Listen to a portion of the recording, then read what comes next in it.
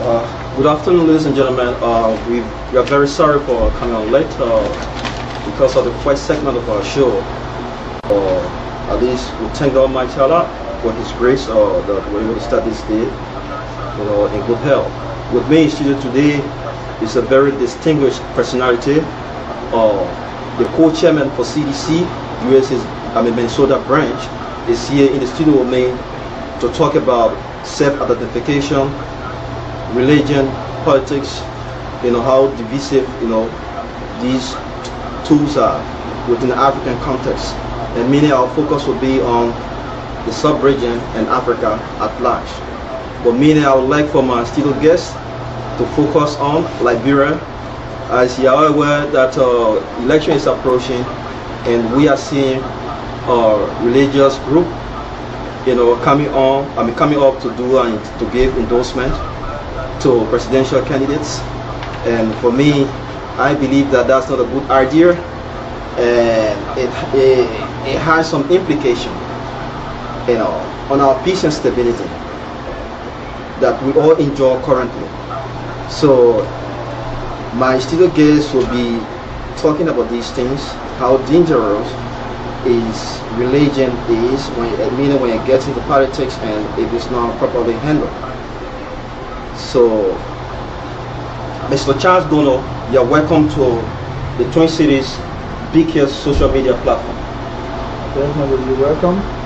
Brothers, I want to say good afternoon to the forum, and thank you guys for having me here, giving us the opportunity to give our views and give plans and lay out of what we can all start doing to impact our country, Liberia, and the sub-region as a whole. I want to thank you. Yes, as you can hear, the co-chairman for CDC. Hopefully, let me just tell you something. I want to announce a very big news to you. And the wonderful news, hopefully, we're trying to bring on, a member from the ruling party and a member from the opposition, hopefully, whether CDC or not. And by next week, they will be on the show to discuss about, the platform of the various parties and what do they have for Liberians and what Liberians should we expect to benefit from, these parties, political parties. So, Mr. Chairman, I was talking about self-identification. Why has self-identification become a problem in our African politics today? Well, one of the most important issues we have is with Africans as a whole.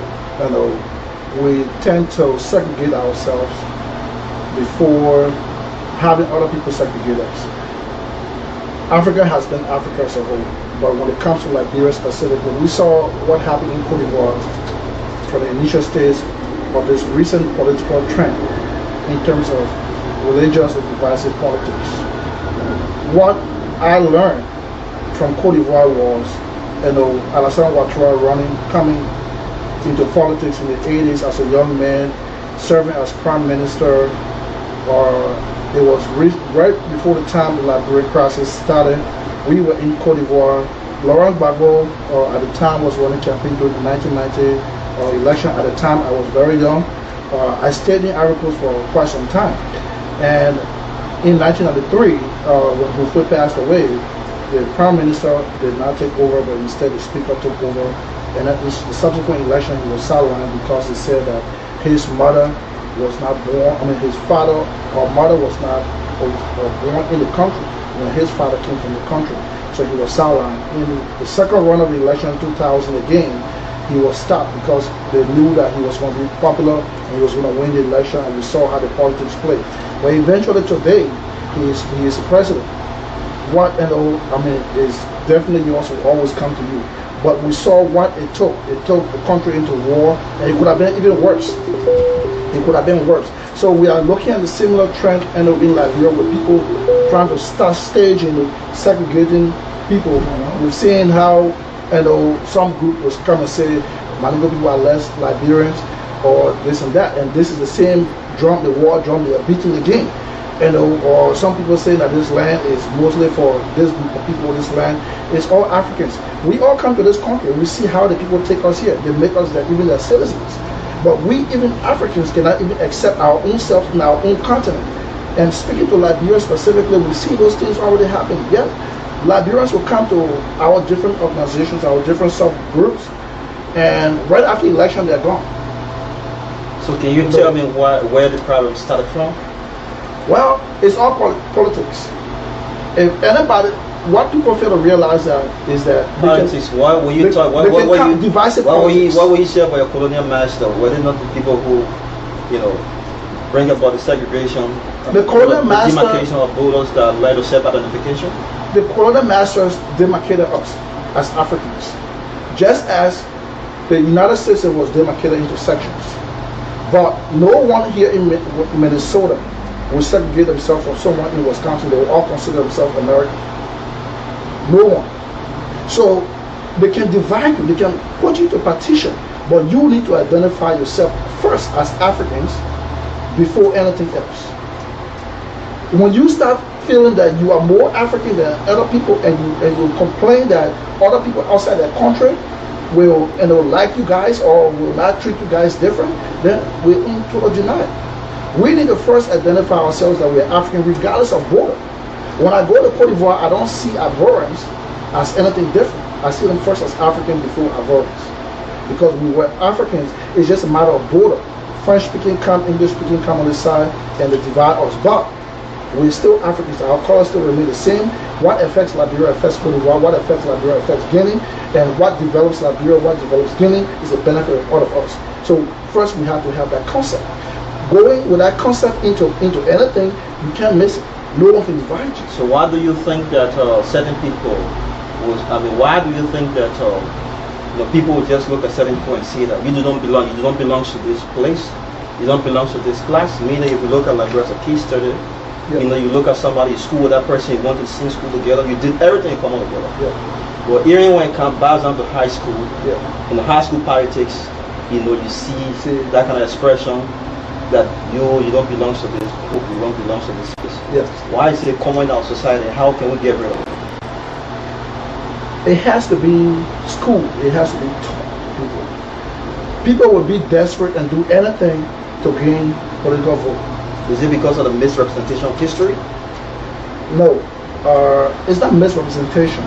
Misinterpretation. Misinterpretation, sorry. Yeah. Thank you. We are misinterpreting our own history. We read books. Yeah, but sometimes when you read a book, go and check who wrote the book. When you have a source of information, if I come and for a typical example, someone can tell me, say, the Malaria Union landslide back in the 80s, that was witchcraft. I did it because the man who were part of witchcraft, when he was dying, he confessed to your father, and your father told you. So you come and tell me, and I say, who's your father? What is the source of information? And then he got mad. He said, man, the man trying to be technical. Why you asking that question? I said, the man who brought the mountain down, the man was dying, the man confessed to my father. So you expect him to believe it, right? Sure. And when I say, what is the source of information? How reliable can that be? So that is a myth. Now someone else takes it and say that someone confessed to his father the way he explained. The next stage is the Malaria Union was brought down by witchcraft, which is a common thing here. We see this country of mudslide, landslide. It rains heavy, mountains come down, no witchcraft on the ground. But it's just a typical example of how people can change your thought process and say that, the Mana people belong to Nima County and the Mandingos belong to Guinea.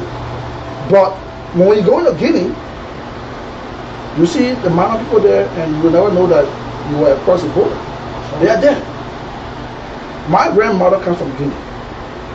When I went to Guinea during the wartime, I saw her sister. So God above me, I ran to her thinking it was her. I had never seen this woman before in my life.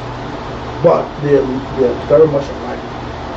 That is across another country. So why do you think politicians want to explore this? So my experience going through all these things gave me a different identity of a Liberian, as someone who belongs to the region first, who is an African, and who is a campaign not only for politics today to gain vote, but to teach our people beyond politics so that we can be integrated and develop ourselves.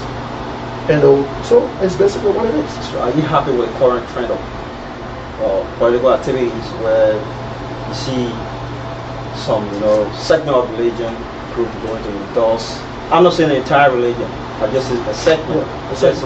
Yeah, Going to give endorsement, opinion. So, are you happy with that kind of trend? Are you happy with that kind of scenario? I may not be happy or happy, but it's wrong. Because why is it wrong? What we're talking about is the same trend. We know we're already in the mixed up mindset. We're trying to balance this. What we're trying to explain here is to balance our situation. But doing those things will polarize the situation more, especially by those who represent groups that have been victimized in the thought process. It's only adding more fuel to what we're trying to stabilize. So when you say the Muslim Council, it was certain part of Liberia, they say like Manigo. Yes. But you fail to realize that majority of Muslim people come from Bombay County, Cape Mount, and they are all part of the Muslim Council. But you have now taken one group and segregated them and pinned them out with a whole thing, a wrong idea. And this is where we're trying to teach people. There are people in Liberia who live in Liberia. I don't know that Bombay Hills, Bombay County, Cape Mount County originally practiced their regional Islamic states in Africa, flowing from Sierra Leone into Liberia and so forth, before even Christianity reached them. We had a vice grip, and they were way before Christianity came to Africa. So it will teach you that in Liberian history. We are people who have been migrating. We've been migrating from in the region from place to place. So wherever our demarcation for us, we try to identify ourselves, but we are all mixed up in that group. So what do you think are some of the dangers associated with this? It's dangerous because in Liberia, anything can go out of control. One person can go and do something and represent an entire community. And we saw what happened during the war. We had, people fought against each other. Ulimo K, LPC, Ulimo J, Coalition, Model, all these different groups. But you know what? When those very guys left out of the country, they went to Ghana, they went to Cote d'Ivoire as refugees. What happened? They were hustling for each other. They were looking out for each other. They never saw themselves as Model. They never saw themselves as Ulimo K, Ulimo J. They never saw themselves as local defense force. Even in America, the ones who came here, when their friends were short out of gas, they went to hustle for gas money for each other. So this is the concept. What happened? So politicians divide you. We all kill each other, and we come out again and start to look for each other and find each other and help each other. Which is the issue here. And if anything fly out of control, it makes it difficult for us, the next generation, to make peace and bring reconciliation among our people. The CDC-led government will be more focused on reconciliation. And that is important to teach our history, to make sure that we are all integrated into one society as Liberians first, and then we start focusing on the next stage, is infrastructure development. When you have poverty, so you want to tell me the reconciliation we have, with millions of dollars being spent, was not about it? Because you just said that the CDC going to look at reconciliation as the project. It was not only properly done, but it was a failed project. Why was it a failed project? Because if you see today, Liberians still, mixed up with tribal politics or sides, religious politics. You have an entire Muslim council, a Muslim council group endorsing a political party, which of course during all those things, the projects, they were explained, they were taught, and the process of getting religion mixed up and flaming things up. But yet it's still so nothing. It's just people collecting money at the end of the day, and nothing was taught. They never taught their communities. So because if they taught their communities, the communities will reject what they're trying to do. The community will be aware of it. So we don't need millions of dollars. First, we just need to identify ourselves as Africans. It takes one person to go to the next stage. We don't need donors to come and sponsor us to identify ourselves. They have the agenda. When people write their money, when they write their agenda to disperse their money, they give their script of how they want their money to be spent. They write the curriculum of what they want to do. But is it what we Africans need? Is the question. How do we identify ourselves? Is that what we need? Or what? If let's say in this country, you have the system writes and say you're supposed to pay child support if you live in the children life. But If that child support is given to a lady or a man and is not rightfully used or is being lavished on other stuff, what would you say? The child support chapter is right? So after 11 and a half years, yes. What actually motivated you now to discuss about this? Because our generation, we Liberians, the next generation, we can sit back here. We know, no matter how we try in this country, our identity still remains African. And if you have heart for your country, because you need to, if you see the international community has pumped billions of dollars in Liberia, up to now, and you compare Liberia to Guinea, compare Liberia to Cote d'Ivoire, compare Liberia to other countries in the South region, with even $2-3 billion spent, you see roads, you see infrastructure spent. When you don't have love for our country, when you can't be willing to make the sacrifice, there is nothing you will do, no matter how much money you gave up. Others will argue that because of colonialism, they were colonized and the colonial masters, helped to lay the basic foundation as a nation, and which of course, in the case of Liberia, was the contrary. There was nothing that structured and lay on ground to give Liberia the basic foundation, to stand as a nation. Liberia had a foundation. Most West African countries sent their first ambassadors to Liberia, to the Liberian embassy in the 60s to learn how to become ambassadors. They learned from Liberia. People were sending their government officials to Liberia to go to school. I mean, in terms of physical structure. Yeah, physical structure. Liberia had a physical structure. Governance, how you can run administration, all these things. It is a law, no law for country. When you are not loyal to your own country, you don't love your own country, that's what happens. You can have the least amount of money and still develop your country. You don't need billions of dollars. You need to just implement the process and make sure that people are not stealing without impunity. You need to have a law for country. You go to Cote d'Ivoire, see it. You can be constructing a road here and leave even down to the water bottle you're drinking, leave it right on the yellow machine.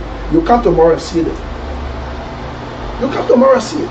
If somebody touch it and took it and they find you, if you go to jail for 30 years, you go to jail for 30 years. Not people killing people in Monrovia and then 3 months later he's living in Vanjama for the next 10 years and nobody can touch you without anything. If you die in Cote d'Ivoire in jail 5 years or 30 years, they will put you in a grave for 25 years. Anyone clean that ground, you serve the rest of the time.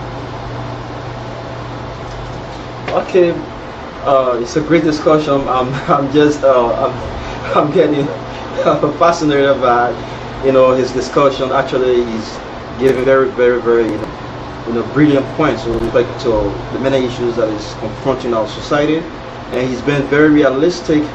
He's been non-political about it. As you can see, he even talk about his background, how he has a relation, how he has a connection to Guinea. You can see that he also talk about, the war and what is going on, how can we develop. And the issue of religion, bringing religion into politics, it is something that he feels as a young person, and he has given his honest thought on this. But I think if you have a call, you can also call to ask, to ask the chairman, the question you have in your mind, asking pertaining to our discussion. I believe it's a realistic discussion. And as a young person, I'm really amazed by his point, to be sincere, because it's a kind of honest discussion. And if we are to follow what he's saying right now on this program, I think Liberia will be much better off than the current state we are in. So I want to ask you, Mr. Chairman, and actually I said, why is it after 11 and a half years you decide to talk about reconciliation? Is it part of your platform as a political party? It is part of the platform. Reconciliation, one of the pillars. I was not originally a George Weah supporter. I'm from the MPP. But when we went into a coalition, we redesigned everything of what would be best for Liberia. It took a lot of architects. It took a lot of people time and hour to say, this is what we are. This is what we've been for over 100 years. This is what we can do. With or without money or sponsor from the international community. Yes, we need those aid, but we first need to reconcile our people and identify ourselves. Let Liberians get in organizations or go out of the country and just start identifying themselves as Liberians in general. Without Crewman, Mano, Madingo, and this and that. We emphasize more on our tribal background amongst ourselves, and that has to be diluted and take out more of the Liberian unity on top of every organization. When we talk about FAMUSA here, we don't talk about how FAMUSA is collaborating with the Kru people or this and that as Liberians. When you go to UNICO, they don't talk about how they are collaborating with people from Bronx County, from other places. They concentrate more on their county. So everybody wants to be identified in one place. And then there's consequences to that. Yes, you can try to do those things. But what happens? What happens is, going down the line, you create more narrow of your division. So I want to ask you, you talk about reconciliation. Are you aware that Ambassador George Weah was given a role to play about this current administration in terms of reconciliation? And how was the process? Yes, Ambassador George Weah was given that role, but it would take Liberians and it would take an entire country to go into that process. He can, like you said in the previous interview, he can facilitate something, but Liberians first need to be taught. It's not just about position. The reason George Weah played a role in that is because he has the tendency to bring people together naturally, irrespective of background, irrespective of anything. And that's what we need in a country. In order for the country itself identify, it has to come from the leadership, not an administration that pinpoint itself as more of the ruling elite of what has been the Congo people or whatsoever, how you call it, because Congo is really not a tribe in Liberia. It's just a mindset. It's a mindset. It's not a tribe. The original people who were Congos, or not Congos, but African Americans, have long passed and gone a long time. The Congo stuff is a concept. You have Mandingos who Mandingo considers themselves Congo. You got Congo Mandingo, you got Congo Mano, Congo this. But that Congo is a mentality of Liberians who believe that they are more supreme and above other Liberians. And that's where they start calling themselves Congos. There is no Congo in Liberia. So why is it becoming a problem nowadays? It's becoming a problem because we are now beginning to identify ourselves. We are now beginning to identify ourselves as first Liberians, one and for all. So are you happy right now with the it's like almost like a jingle line that where we see, Lupi, Partizan, I've seen call supporters saying, that this is the time for the native people to rule, this is not the time for Congo people. Are you happy with the trend? This is the time for us to eradicate segmentation of our society. What can we do? Like I said, reconciliation. First, we need to get rid of all the mindset of people who think that they are more elite than other people in the country, and which is the Congo mentality. When I say Congo, some people consider themselves Congo as a section or group of people in Liberia, but it's a mentality. They first need to get out of that mentality to be Liberians, just as the Mandingos, just as the Mano, just as the Gio, the Pran, the Loma, to get themselves out of that box. First be a Liberian, and let's all unify ourselves and then start having the love for the country. When you have love for your country, you can do anything. We can go to work, we can make sacrifices, we can say, hey, I don't want $10,000 in pay. Give me what is reasonable. Let us do something. Let's see. If you do something, if you go to government after 6 years, you don't see just Monrovia. You didn't say that you overdeveloped Monrovia in 6 years, the first 6 years or 12 years. You didn't say so. You still have just one city in the entire country still lacking sanitation, drinking water, not even good electricity. Of just one city, an entire administration that have absorbed billions of dollars. But when you hear people dying out of hunger from malaria because they don't have even 50 cents a day to live, but you have people making $17,000 to $20,000 a month. If you divide it, means they're making probably $700-800 a day. But you have people in the same country. How can you explain it? Do you believe that the problem we're facing right now, should we go into educated elite for all these problems? We cannot blame one section of the country. Everybody has to get on. Everybody. We don't need to blame anybody. They lead us. Not every solution has to take a blame. Let's say you work in a manufacturing environment. You fail a quality process. You fail, and the auditors come from outside. You fail. Some countries, what they'll do, I mean, not countries, but some organizations, what they'll do, they want a scapegoat. They will fire a manager for that failure, right? There have to be consequences. But here is it, from my perspective, what I'll do, I will look at our process. What is making us to fail? Have we reviewed our own process to see if it's working in the first place? Is our process failing us? Let's look at it from the start. When our materials come in, where do we check it? Do we have the proper mechanism in place to see it run from stage to stage? Maybe it's just not there. I went to a company in New Brighton, worked there, they were failing. They have changed plant manager 3-4 times in 2 years because they were consistently failing. I come from a Lean Six Sigma background, got there, and you have processes you can put in place to start dissecting and looking into where the problem came from. Your dumps, everything you go and dump it in one place. No, we would dissect which line this dump came from, which line this, what type, by shift, by line, by material, and we'll know which is the highest, why, what machine. Is it an operator that's causing the problem? And we'll go into the chart and put line down times. And we talk to our operators, hey, my man, for this whole week, you had the most downtime. What is the problem? Is it your machine? We have mechanics that are assigned to that specific machine. Is it the mechanic who's repairing this machine, or is it the machine is just old? So we go into the problem, dive into it. But in 6 months, these guys came from number 11 to number 3. But how? It was not magic. It's looking at the process instead of blaming people. Because anything happening, they fire the lead, they fire the supervisor. If they happen too big, they fire the manager. Instead of looking into what the issue is, and this is a simple answer I'm giving you, instead of blaming and saying, oh, you are the cause of this thing happening, let's look at why we got to that point as Liberians.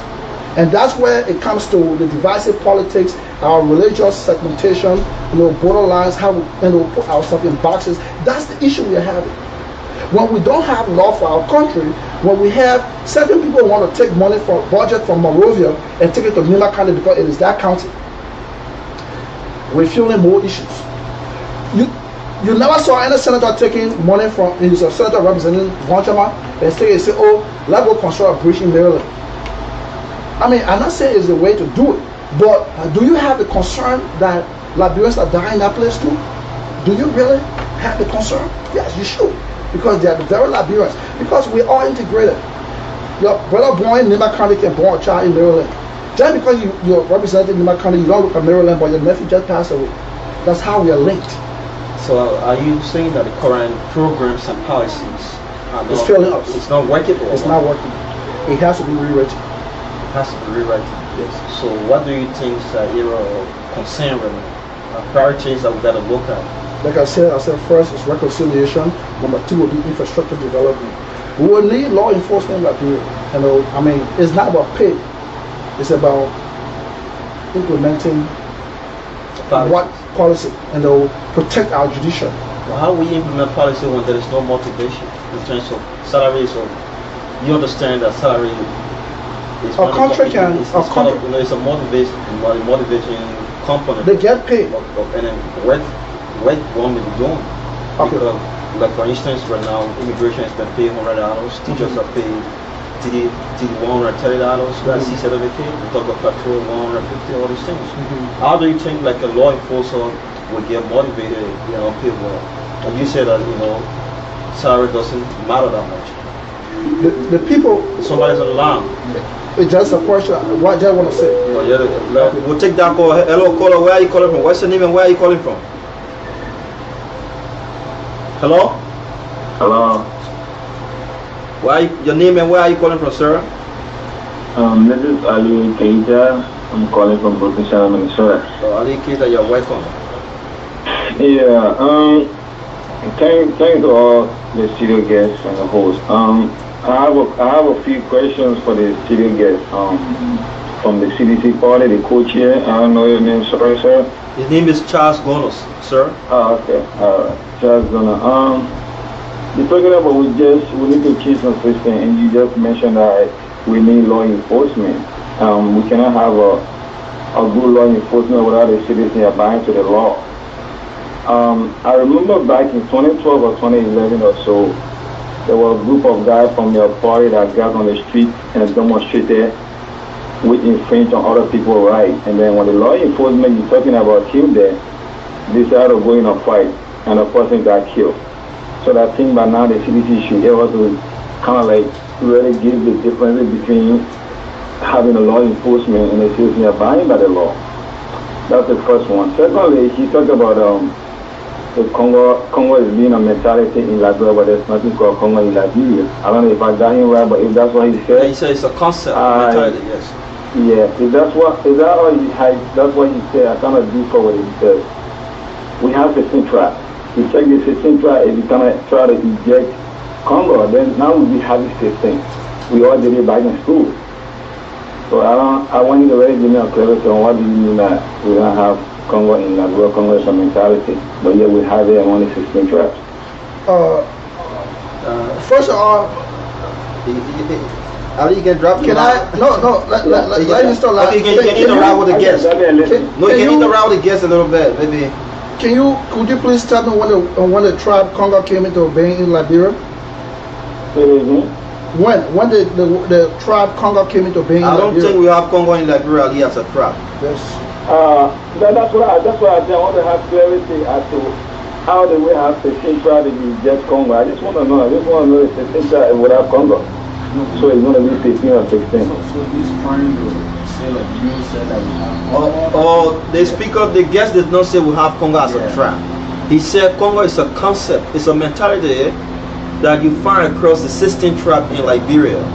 Okay. You don't have a specific tribe that is called Congo in Liberia, but it's just a mentality. Certain people believe that they are more civilized or superior to other people, so they use the concept. So there is Congo Maningo, Congo Mano, Congo Gio, Congo Blaso, and so forth. That's what he means. Okay. So you are asking, and then on your first question, this is the coalition of democratic change. The Congress of Democratic Change is no longer going to election in Liberia. So we are rewriting the script from what? This is a combination of NPP, LPDP, and CDC. So it is not just the Congress of Democratic Change and coming on board. It's a branch of people coming in to create this coalition, moving forward to rewrite what things have been.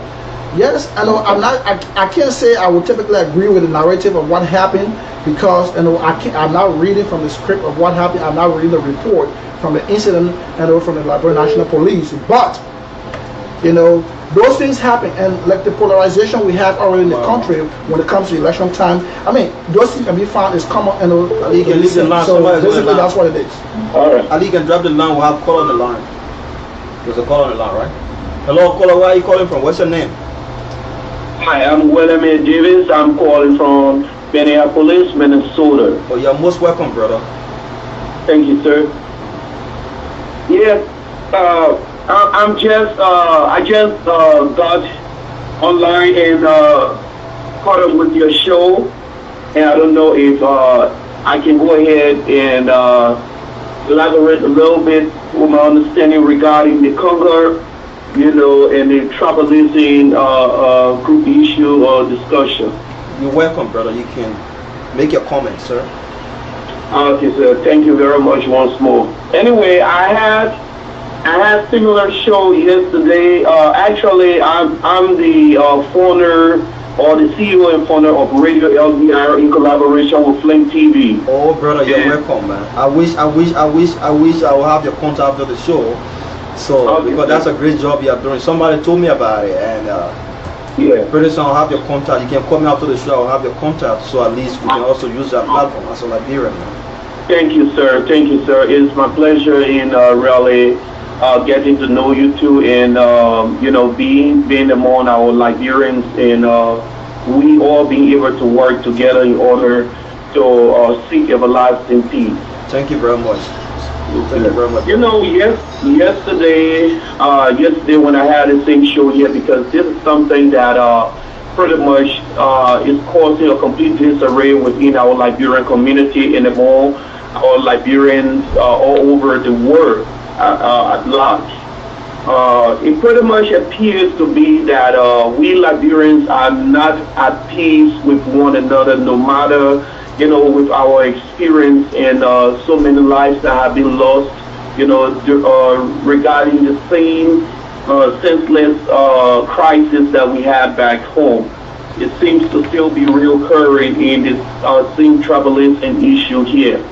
What I'm saying here is that I got to discover after, let's say, having series of discussion with people and things, and also to showing and researching documentaries and all the stuff there.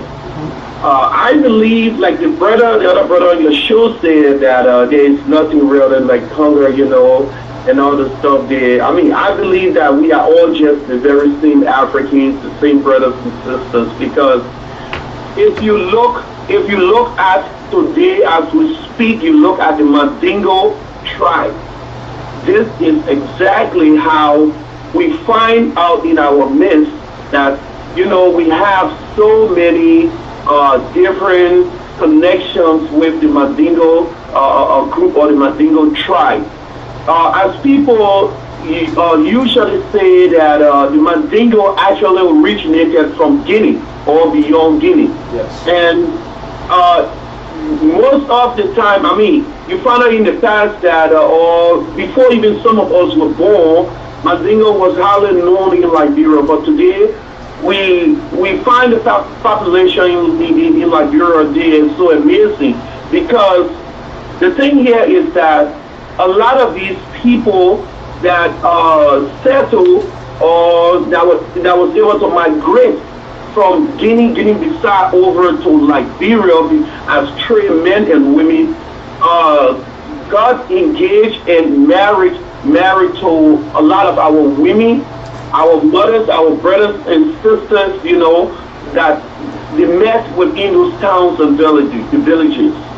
And in that process of relationship, they started having their own family, which today we see a lot of our brothers and sisters who are the generation or descendants of those people that we all consider to be Liberian as well. We also see the same issue now with the Lebanese community in Liberia. Okay. And we going on now, as I learned, we have the Pakistanis coming into Liberia, we got the Chinese there getting so much, and all of these people are going to be intertwined or related one way or the other with our people, having their children being born there, raised there, you know, and you cannot deny the fact that they are Liberians, especially when they are born Liberians. Now, the discussion that turned out, or the show that turned out to be kind of amazing yesterday, was the fact that looking at the history of our generation or our forefathers that were sold into slavery. Now, these are people that were snatched away, as history speaks of, from their family, from their children, from their wives, from their husbands, from their brothers and sisters, you know, their parents, and so forcibly into slavery. These people, according to history, came out here, went through a lot of struggle, a lot of punishment, a lot of suffering and disaster. These are people, when you read about their history, that was taken away from their family, their generations. Yes, when they got here, they were separated to an extent. Slave master had them separated. You found out, as history explained, that people, young daughters, were taken away, raped by slave masters. And that is exactly why today you see a lot of these Africans and things, light skin and all this stuff there mixed up here, and even to an extent that they do not even want, or they cannot agree to identify themselves as Africans. So can I ask you this question? Go ahead, brother. So when you're talking about self-identification, like you have expanded on some of these things. Now we look here at how dangerous it is with respect to our current political situation. So we wanted your fair view on it. Do you think it's a good thing that one should identify themselves first? That I'm a Mandingo or Liberian first, and the issue of using religion, as a tool, as a political tool. Do you think these are good things? Not at all. Not at all. And this is exactly, before I go further to say this, someone confided in me, in fact, just today when I was at work, that they see Liberia, as much as we refuse to accept it or believe it, but they see Liberia getting back into another crisis. God forbid, sir. Yes. And I told them the same thing. The current thing confided in me today that they have, and I didn't go deep into saying it, because of the same tribalism issue going on in Liberia, that even with the political arena now, they are using that as a tool, a point of contact. That right here within the United States, there are certain groups that are feeling that Liberia is for them and has always been for them, and it is about time for them to take Liberia back. And I gave you one amazing discovery that I myself, came across. Do you know that even with the conflict being shared up among we Liberians, the minority of the people that are left over, that are seeking these problems are right within the U.S.? I don't know that, sir. Okay. So we will let you go. I will let you go because of time. I personally have hosted an individual of such on my show. That's amazing, sir. But then here's the thing. As much as you try to create, that discussion with harmony, they are adamant. We'll let you go because of time. So maybe next time we'll have your contact. You'll be one of our guests here too on the show to talk about that.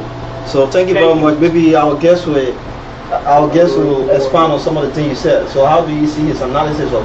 Yeah, I mean he's on track, he's on track, except the only thing I wanted to address was that he said bulk of the problem is generated from the US and exported back. Our problem. Do you agree with that? Our problem started a long time ago. Do you agree with that? No, some of the problem are from here. Because people have formed warring factions from the United States to carry out revolts in Liberia. We all know that. So some of our problems come from the US and from foreign countries, which we all know is a fact. So he's not wrong for saying that. But I want to address something, somewhere along the line, the reason why, he made a statement. He said we never heard of Mandingo. That was okay. Okay, and the reason we never heard of Mandingo is because there was not much of tribalistic issues in Liberia during those days. So you never heard about about those things. Or somewhere along the line in Liberian history, we decided to dissect our counties by tribe. Okay, someone came up and wrote in the Liberian textbook and said, Lofa County belongs to the Loma people. Cape Mount County belongs to the Vai people. Bombay County belongs to the Gola people. Monserrato is Congo people, or whatever it is, the territory. Grand Bassa is for the Bassa people. Sano is for the Kru people. Maryland is for the Grebo people. And Grand Jida is for the Crown people. Bon County is for the Pella people. We left out a few tribes, right? Exactly. We left out the Sapo people in Grand Bassa County. You never heard about Sapo people too also. Now you hear about it, right? Recently. Did you hear about it? No, I didn't see it. But they existed, right? Yes. Okay. So I'm not amazed that he never heard about Mandingo. Because in the same way our textbooks were written to teach us, it made you not to think that we had Sapo in Liberia. At the time, we had few territories. Grand Kru was a territory. It was not considered a county. Rivers was a territory. In Bassa, it was not considered a county. There was Masha territory and there was Gibi territory. Today, when they formed the two territories together, it became Magibi. That's where the name Margibi derived from. Marshall Territory and Gibi Territory. River Cells became accounted by itself under dual administration. Margibi was created. Grand Crew, the territory, was turned into accounted by itself. So the crew, Grand Crew then became this dissect. They took some part of Maryland, because when you see Grand Crew territory before that time, you will see a section of it going to Maryland and a bulk of it coming, the big bulk of it went to Maryland, and then a small piece of it came from Sandy. But then they caught it right there. So it became accounted, and it was before the 85 election. So more Liberians started identifying themselves into small groups and saying, we've been sidelined by the Crown people. So no one, the Mandingos have always inhabited everywhere you call Nimba, Bon, and Lofa. Always. But at some point in time, someone said Lofa is only for the Rama people.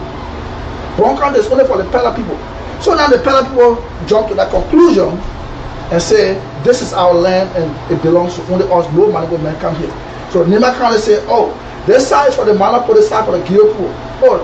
That's it. So the doctrine continues. So is this something that got to do with maybe the dominant tribe in a territory or in a particular area? In history, dominance have always persisted.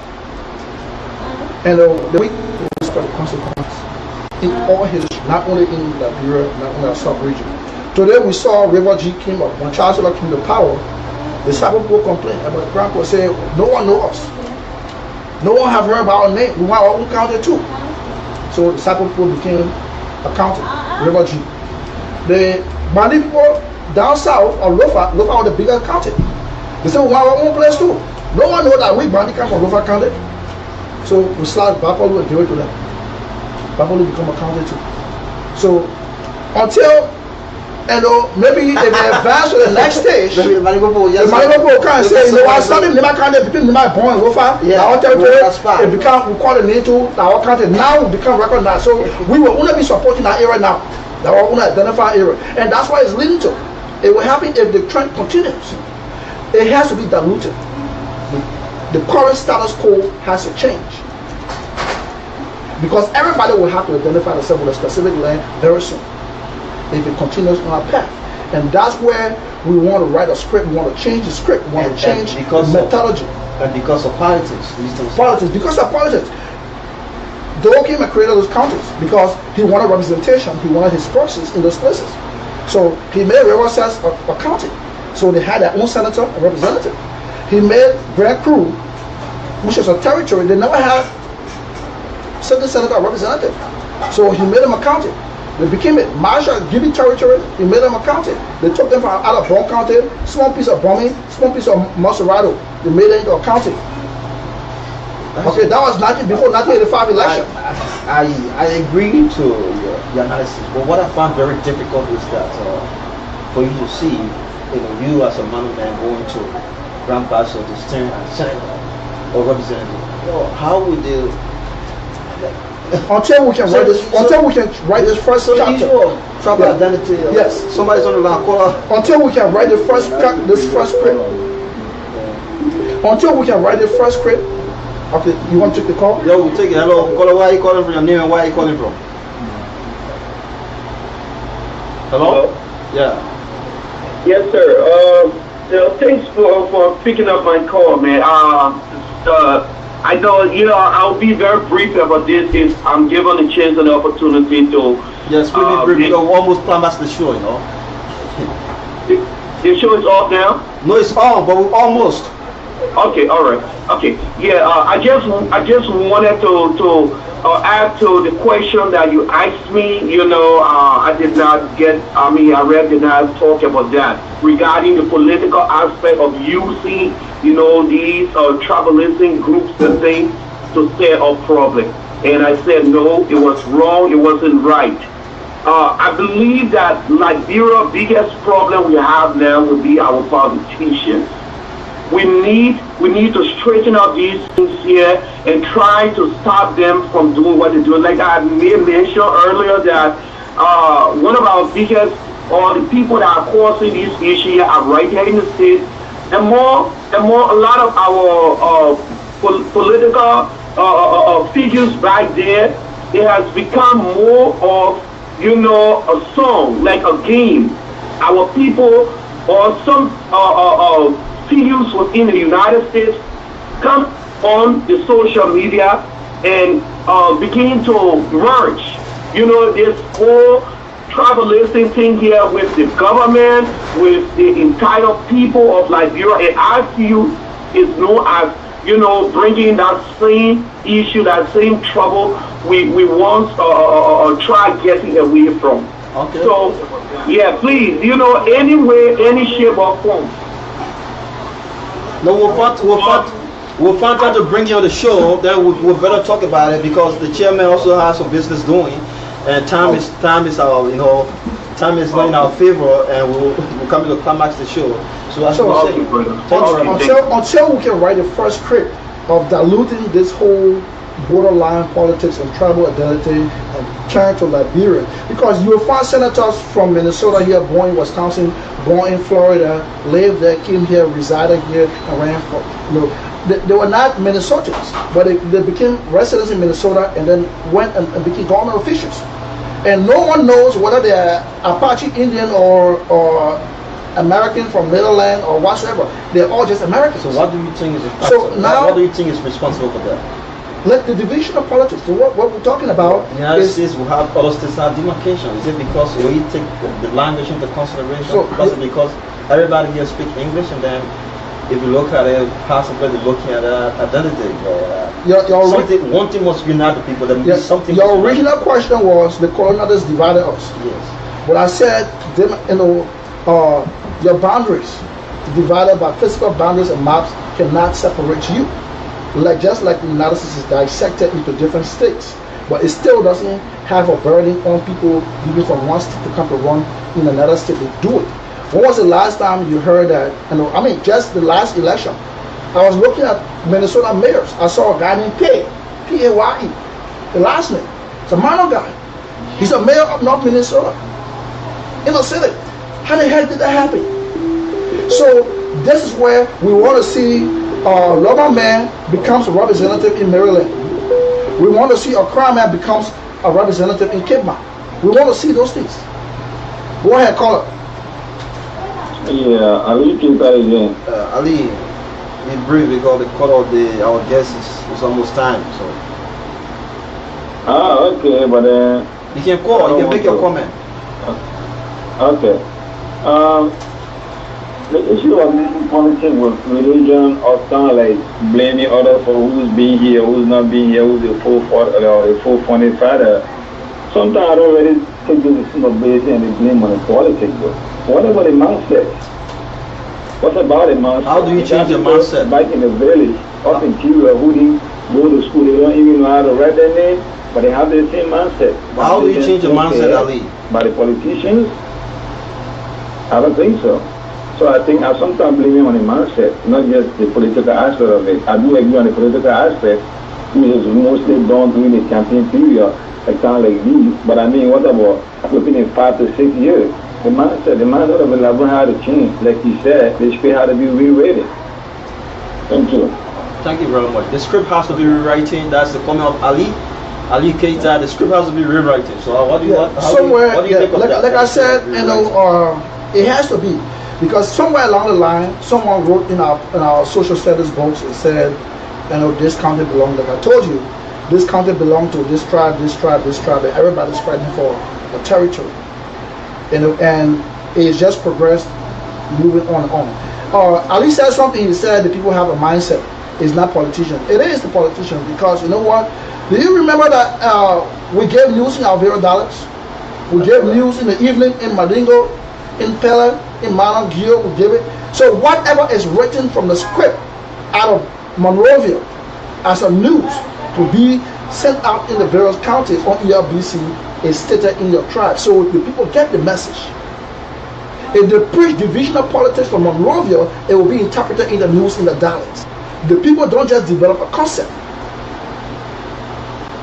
What is being scripted in Monrovia is what's passing down onto our various people on national radio. So it is the issue.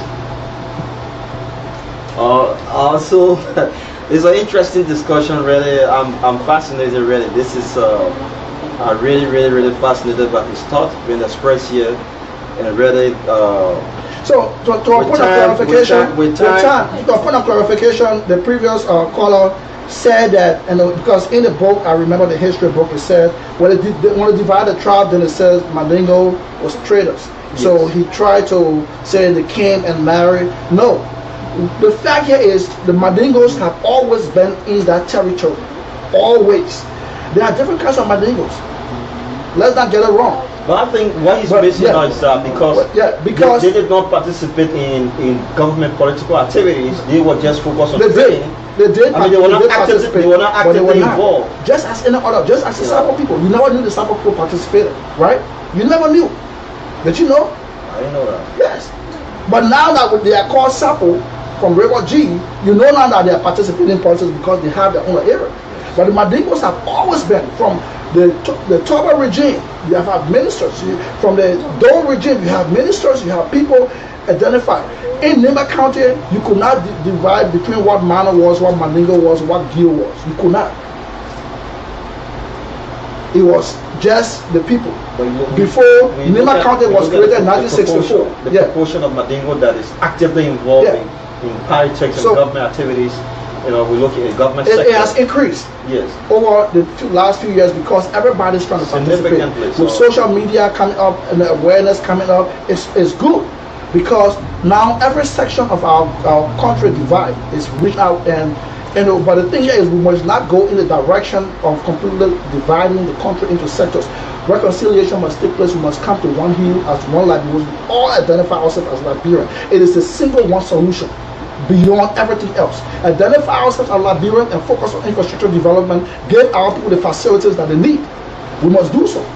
If you go to Cote d'Ivoire, you will find that you will have road from Abidjan as far as Liberian border, water and electricity.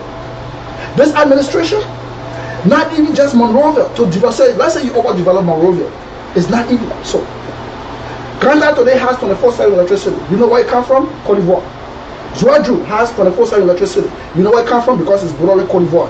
Kepamos, Maryland, Harper has electricity 24/7. You can go to Granta today and put 17 air conditioning in your house as long as you pay your bill. But our capital city does not even have that reliability.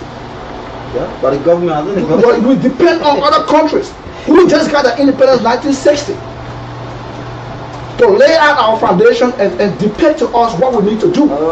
Our guest, our honorable co-chairman, would like to climax the show. Thank you very much because of time factor. I've been sick now, but hopefully, inshallah, we'll be bringing you the chairman in the studio, co-chairman CDC. Next week with a Unity Partisan that will be coming on the EDC to talk about policies, program. You know, I don't want to be biased. This election is going to be a referendum between the Liberian people and Unity Party. I don't want to be. You either choose the Liberian people or you choose a Unity Party third term failed institution. I don't want to be somehow you know, biased. That's the reason I will need a Unity Partisan, strong partisan that will be coming here to defend the government policies. And with my brother is still next week, inshallah, will make the publicity. We're very sorry for making late publicity because of schedule or something, because of the previous program we had. But tune in next week or check our Facebook page. We'll just do the publication. The name of those that will be appearing on the show, and then trust me, it's going to be a fascinating discussion. It will be a fascinating interaction between a CDCN and a UP, advocate. But they will be here to defend their policy. They will be able to tell you that for the past 11.5 years, they have been building institutions and formulating policy and implementing policy. That was their priority. So within 12 years' time, don't underrate what they have done. They have built, the government. Failed institutions. They have built institutions. Why people that if you cook food, if you cook in a house, your wife, and you are asked to cook, and your children die from the food. So what kind of food you cook? But you didn't just cook food, but you cook food. The chairman don't want to give me chance. But however, we I promise you next week, inshallah, there will be a Unity Partisan here to debunk the assertion of the chairman, and the chairman will also be here. to crucify the UPDF government. 11 years of what you said? 11 field policies. Field policy and program, right? Everything. Inshallah, next week turn in. Inshallah, I want to take. Oh, this is the last. I'll pick up the last call. Call where your name and where are you calling This from? one of our moderators, Vagabina. Call where are you calling from? Your name and where are you calling from, sir? My name is Vakabina Toure. I'm calling from Philadelphia, Pennsylvania. Hey, that's one of our men. Our man, Vagabina. What's up? Hello? Yeah, Vagabina, go ahead, man, brother. Oh, wow, man. But I just stop laughing. Yeah, hello, yeah. Hello, Mr. Villager. Hello, how are you, sir? How you doing? I'm doing well, man. How you guys doing? We good. Great, man. I'll tell you what, guys. You know, I am so proud of you guys right now. Just sitting here watching you guys live.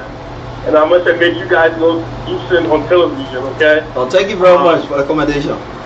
You're welcome. I appreciate that.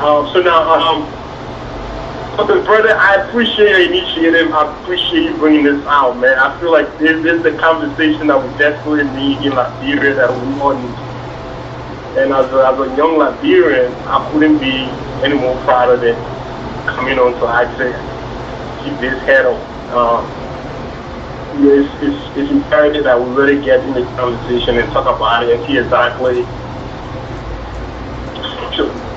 how to act about it. It's not. So I feel like the conversation. Hello, Vagabina. Vagabina, I want to ask you this question though. Hello? Yeah, I learned that somebody notified me, signaled me yesterday that there will be a fundraiser for the volcano in Philadelphia. I was told yesterday by one of his sisters, which happened to be my in-law, and I'll be contacting you, you know, about it, hopefully. So I don't know. So you know what? I mean, we definitely will that. Okay, but we have been discussing. Yeah, we're definitely going to talk about that. I just want to engage the guests right now. You know, you talk about something I know, obviously, you know, your TV man and blah, blah, blah. I appreciate that. But my thing is, though, and I'm going to hit this at the right place, quite honest, but what do you think that George Weah of the Unit Fire, when his decision to pick a running mate have become so decisive to serve as senior senator?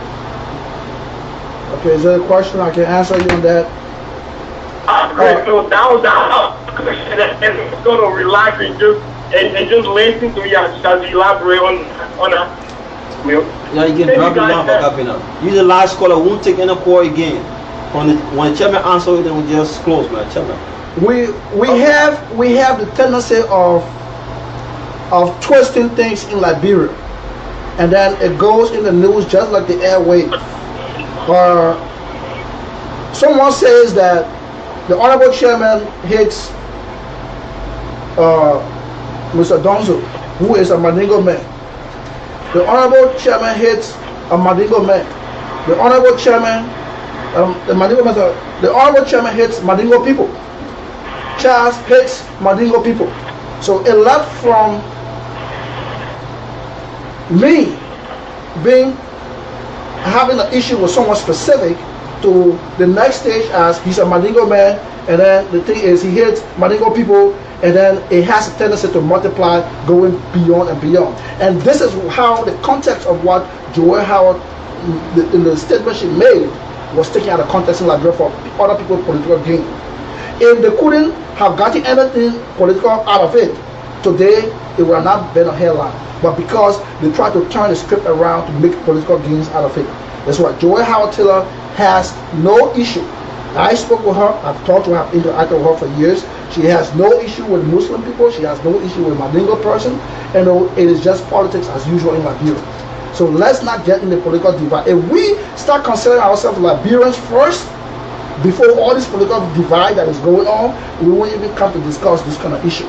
Liberia is for everybody. And I know I will reference it that someone, and like I said, I didn't finish the statement when he said like Mandingos were traders. No, they're indigenous Liberians. The Mandingos are indigenous Liberians. except that in your book, when they wrote the book somewhere down the line in the 70s, they didn't say the portion just the disciple people who came from River G recently. They didn't say the other place. And if it continues that way, the Maringo will have to clean their own place, either in Nima County or Lofa County, and they will clean it. Then we'll all be balanced. So it is the next step. So until we can dilute this whole thing, we'll continue to go in that direction. Thank you, Mr. Chairman. Now, thank you very much, our viewers. Thank all those that call, all those that tune in. Next week, inshallah, we'll be bringing you a strong member from the Unity Party to come and defend the policy. As the co-chairman said, 11 and a half years of failed policy. Some believe that that's not a failed policy because the Unity Party were trying to build institutions and then lay the basic framework or foundation for the government to pick up. Why corruption was trying. He kept interrupting me. So inshallah, thank you very much. Inshallah, we'll leave you next week. Expect our co-chairman to be in studio whether the party to battle or the government policy to see whether the government policy was good for Liberia and is working or not. So you will be our judge on that day. Thank you very much. We're not the number of the program whatsoever. So thank you. I would like to thank my producer Mohammed M. Donzo for giving me the opportunity to serve you diligently. Thank you, Mr. Bono. Thank you very much.